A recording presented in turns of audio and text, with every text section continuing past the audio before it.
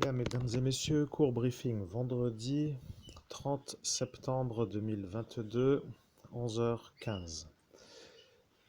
Je peux dire que au jour d'aujourd'hui, la stratégie de réussite est simple pour moi. Je dois être vu comme un médium. Pour être vu comme un médium, je dois être vu dans des endroits où les gens ont le temps de me parler, donc dans des bars.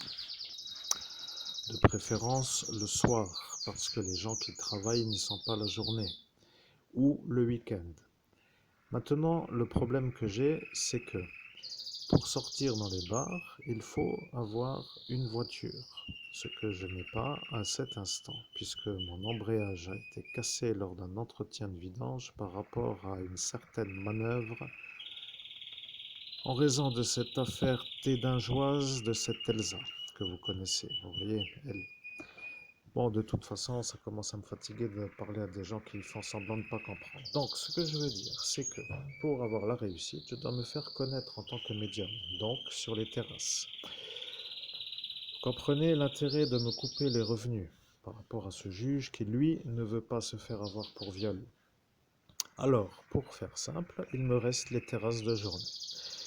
Et ce que je trouve bizarre, c'est que dans les terrasses de journée, chez Miss Cookie se trouve la petite fille au juge, la même qui s'est mise devant le juge lorsque le juge lui a dit à elle de m'accuser à moi d'avoir fait le viol. Quand celle-ci, en étant devant elle, lui a caché le sang sur son pantalon. Vous voyez, je trouve ça des plus étranges. Celle-ci vient depuis très loin pour s'installer dans un bar qui peut être pour moi l'endroit où je peux rencontrer des clients éventuels.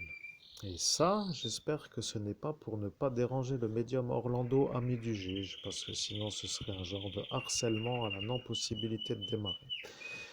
Pour moi, la chose est simple à comprendre. Pour vous, chers auditeurs, peut-être que vous avez aussi compris, mais les FDO, comme on les appelle ici, eux ne comprennent toujours pas. Bon, après, moi je ne sais pas comment me faire comprendre, mais peut-être font-ils eux semblant de ne pas comprendre. Vous voyez, c'est ça le problème pour moi. Peut être aidé, mais pas avec eux, et personne d'autre pour aider à part eux. Vous voyez, le problème pour moi. Voilà, donc pour l'instant, je ne peux pas sortir le soir pour me faire connaître dans les bars en tant que médium. Pas de clients, égale pas de fric. Après, pas de sortie le week-end pour faire la même chose sur les bars le dimanche en terrasse. Pas de clients, égale pas de fric. Vous comprenez que la seule possibilité pour moi de me faire connaître est d'aller dans le centre commercial qui à pied est accessible à 0 €. Et quand j'y suis, j'ai celle-ci.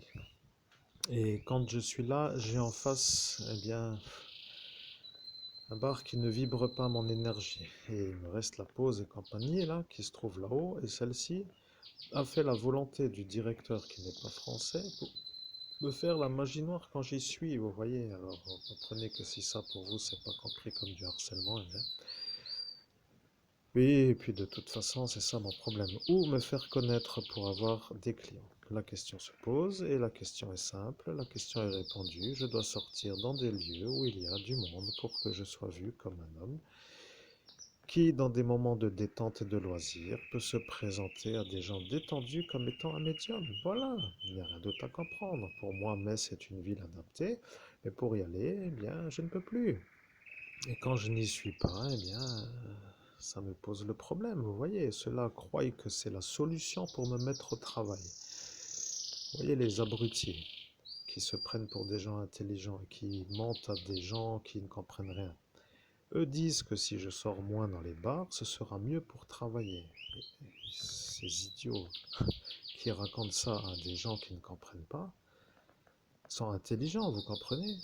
Peut-être à vérifier. Vérifiez-vous. Comment feriez-vous à ma place pour vous faire une clientèle? D'autant plus que lorsque je travaille, je suis trop performant et qu'on m'efface la mémoire pour me remercier d'avoir découvert une enfant disparue. Vous voyez? Et que dans la même soirée, on me vole la prime de l'argent de l'enfant disparu parce que l'enfant que j'ai retrouvé,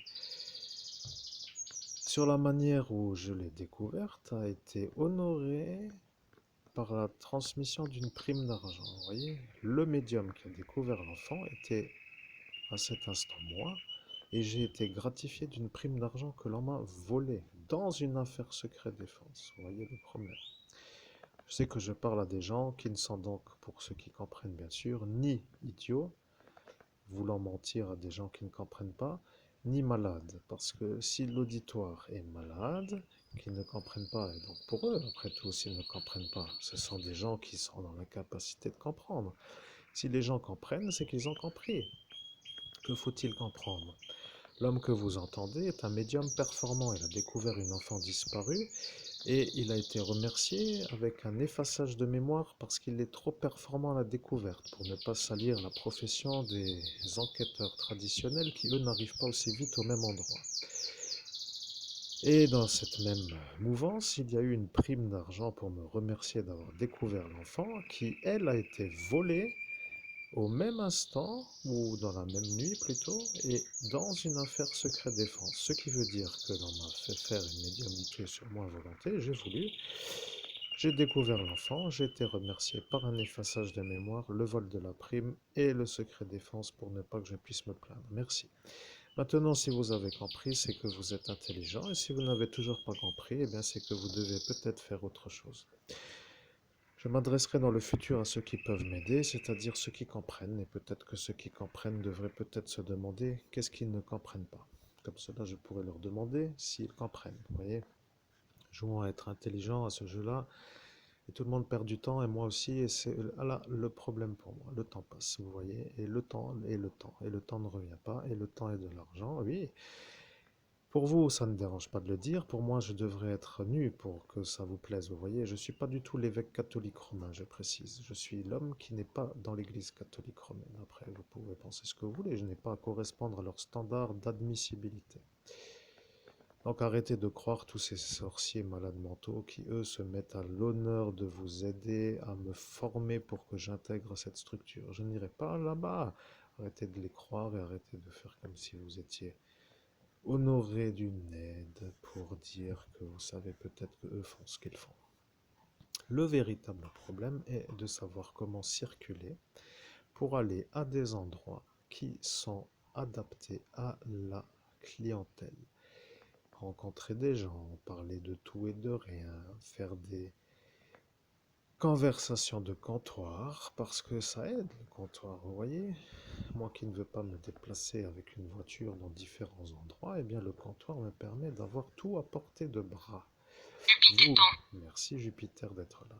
Vous, ça vous dérange parce que ça vous fait un peu peur, vous voyez, j'arrive, je suis efficace, je fais du... Oh, et puis je ne sais même plus comment trouver les mots, vous voyez, je fais ce qu'il faut là où il faut, voilà. Et le problème avec ceux-là, c'est que eux comprennent que si moi je sors dans les bars, je fais déjà ce qu'il faut, et en plus je ne suis pas vu comme le violeur d'enfants pédophile que eux veulent que moi je sois, vous voyez. Alors merde, comme on dit, et bonne journée.